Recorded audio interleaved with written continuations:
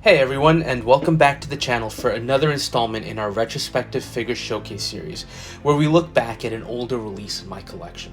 And this is actually going to be an unboxing of sorts, because it'll be the first time that I actually take the T-600 weathered rubber skin version 6-scale figure by Hot Toys out of the box. Now this was from Terminator Salvation, and if you do look back at my channel, you'll notice I did previously review the standard T-600. And as I mentioned during the course of that review, Hot Toys went nuts with this line, and they basically did every variation imaginable of this guy. That T-600 I looked at previously was your standard endoskeleton, more reminiscent of the way he looks like in the Skynet facilities guarding the human prisoners, while this one is definitely that hunter-killer variation that Reese describes in the original movie to Sarah Connor, saying they had rubber skin and we spotted those easy. Now, Hot Toys also did produce variants of each version, which they called the concept versions. I do have the variant of that standard T-600, but I passed on the concept rubber skin version. Just at that point, when they were coming out, I had to tell myself, you do not need to be a completist here. Still thought it looked great, but this version really did stand out for me, and I just didn't feel the need to pick up the other one. So let's talk about this guy a little bit. In the movie, the first time we see this guy is when Marcus Wright enters the ruins of LA, I think, and he ends up being saved by a young Kyle Reese. So I remember thinking that the way they created the T-600 was great because from a distance, he does look almost human, which was the point of these early units. And of course, the rubber mask wouldn't be fooling anyone, but it does look eerie and I think stood out. So very excited to finally crack this one open. So before jumping into the review, we'll start with our normal overview.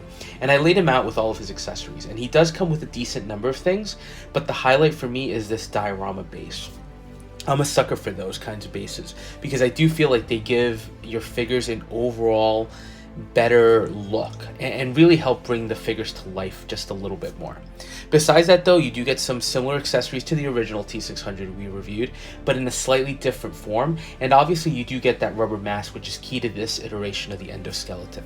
So let's look more closely at the accessories, and we'll start with the Gatling gun, which is very similar to the one we got before. It's beautifully created here with a nice black paint app finish that does include nicks and scratches to give it a used weathered feel, and it also has that unique rear forearm ring, which does allow the T-600 to balance the weapon and use it single-handedly. Besides that, the ammo belt is beautifully done here with a nice metallic paint app where you can actually see the links and the bullets within. Next weapon is actually a new piece limited to this figure, and it's a grenade launcher that also comes with this hose-like element, which feels like it includes a bendy wire to it just to help it hold its positioning.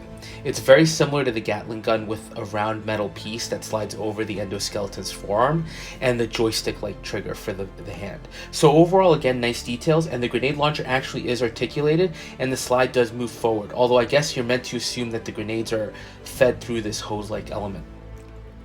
Next, you get his ammo pack, and this is identical to the one we got with that other T-600, with the key difference being that this includes a mesh wrap around it.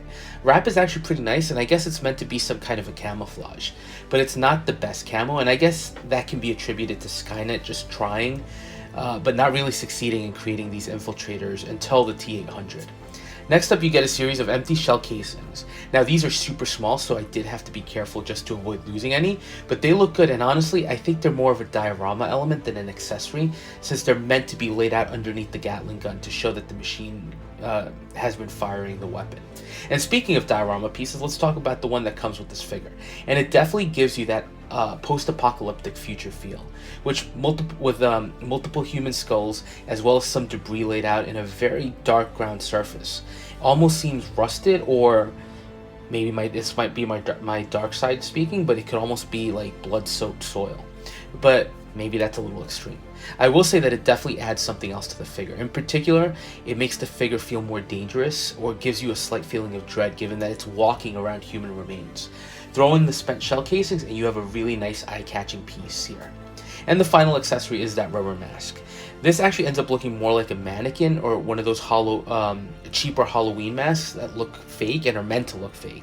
And this one has seen better days, showing tears and holes along it that also show some signs of burns and charring around them. I'm guessing it's meant to be almost bullet damage, and the nice thing here is that it does let you see the endoskull below once you've placed it on. Speaking of that, let's look at the figure itself, and we'll kick things off with the face or sculpt. here, which if you saw my previous review, is pretty much identical, maybe with some slight paint variations here.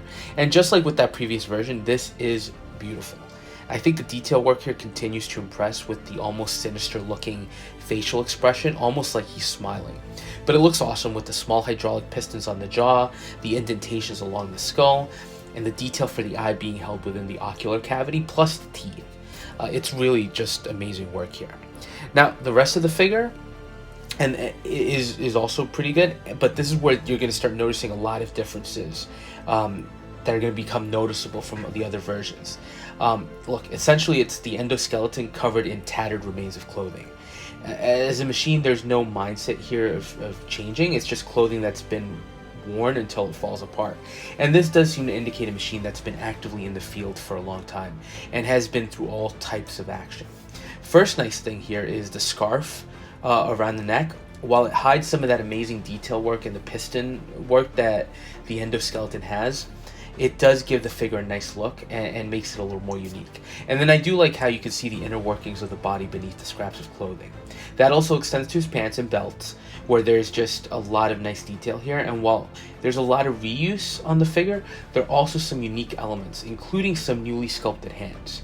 These are gloved, but like the rest of the figure's clothing, the gloves are worn and have holes showing the skeleton hands below. And then if you look at the boots, these are also similar in that they're uniquely sculpted elements, and they show the same wear and tear, revealing the endoskeleton foot below. It's all well done, although those hidden details, I'll call them, do come across maybe a little bit soft and lacking some of that detail. But again, I'm literally staring right at the foot at close-up distance, and once he's displayed, you really aren't going to see this as closely. Major thing though that I noticed with this endo are the paint apps. The original one that I reviewed was a much cleaner look. This one seems to have some additional rusting or almost dust within the joints and the crevices, and also a lot of buckles for clothing. And then this figure does include elbow and knee pads on the joints, and at some joints also some fabric elements around the hinges. And while they look really good, they do tend to restrict the movement a bit, especially at the arms. And you can see that in some of the poses where I wasn't able to attain that movement, and the arms are a little straighter than I would have liked. But even with that slight restriction, stepping back and looking at the figure, this guy just looks aggressive and imposing. And I think that I really like this version more than the clean version. While the clean really displays all the intricacy of the skeleton, this one just has a little bit more presence with the shreds of clothing, the base, and in particular the dual weaponry that we see here, which he also uses in the movie when Marcus Wright has that first encounter. And again, I mentioned it before, I just like that it's clearly someone you wouldn't mistake for a human up close and personal, but from a distance again, he does have that human silhouette. So as a precursor to the infiltrator units, this figure and the design do tell a nice story. And it was nice to see the machines that Kyle Reese described from the original. So going back to the figure, as we look at some poses, I love the way he looks, although the arms, like I mentioned, do have some restricted posability. A few things to watch out for: there is a specific way to load in the belt for the Gatling gun to make it look better on the backpack. One of my first poses had it wrong, and you can see that the belt just looks a little weird. But once that got fixed, it really does drape naturally and nicely. The other thing to watch out with is the hose attachment for the grenade launcher. It also needs a little bit of work just to get it to look natural, so to speak, and also the connection point to the backpack is a little finicky, and I did find that it would constantly need to be reattached during posing. Not deal breakers at all, but just something to note. The other thing that did give me a little pause was actually getting that rubber mask on the skull itself. I mean, looking at the poses, having the skull fully revealed still allows for a beautiful looking figure. But since I do have the other versions, the appeal for this one is having the figure with the mask on. So I did get a little worried as I was trying to slide that accessory on, that I was having to kind of manhandle or jostle the head around a little bit much. And with some of that fine detail work, particularly around the jaws, I did have moments where I worried that I might be close to breaking something. But I took my time, and I was finally able to get it on so that it looked good and fit well around the skull. And with it on, one of the big highlights for me is actually being able to see those elements of the skull beneath, like the eye, for example, or even portions of the main back of his head. It really is a nice effect, and instead of being sculpted so you lose some of that detail, this does create a really nice looking effect where it looks as realistic, I guess, as a post-apocalyptic camouflage killer machine would look. Fully assembled with the base and with the shell casings, he looks awesome, and I think he really does stand out. While I know this line wasn't as popular perhaps as the other Terminator lines like T1, T2, I don't think I can deny how good this looks and how good the effort by Hot Toys was here all around with engineering and with what they were able to provide. So that was a quick look at another figure from the Hot Toys Terminator Salvation line. And I have to say, it is probably my favorite of the three T600s that I've purchased. It's just visually amazing, and I think it just stands out more when compared to the cleaner versions. So let me know your thoughts, and if you have any fond memories of that fourth film in the Terminator franchise, or perhaps I'm just showing my horrible taste in movies here. And to wrap up, just want to thank you all for watching, and if you are enjoying the content, please consider liking, commenting, and subscribing, and we'll touch base on the next video.